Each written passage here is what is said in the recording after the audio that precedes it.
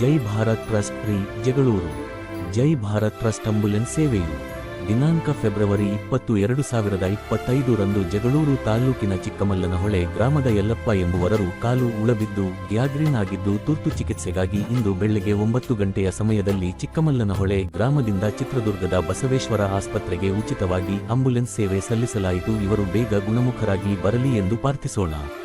ಪ್ರೀತಿಯ ಸಹೋದರರೇ, ಈ ಟ್ರಸ್ಟ್ನ ಯೂಟ್ಯೂಬ್ ಚಾನಲ್ ಮತ್ತು ಇನ್ಸ್ಟಾಗ್ರಾಮ್ ಮತ್ತು ಫೇಸ್ಬುಕ್ ಪೇಜ್ ಕ್ರಿಯೇಟ್ ಆಗಿದ್ದು ಅದನ್ನು ಈ ವಿಡಿಯೋ ನೋಡುತ್ತಿರುವ ಪ್ರತಿಯೊಬ್ಬರು ಲೈಕ್ ಮತ್ತು ಫಾಲೋ ಮಾಡಿ ನಮಗೆ ಸಹಕರಿಸಬೇಕಾಗಿ ವಿನಂತಿ.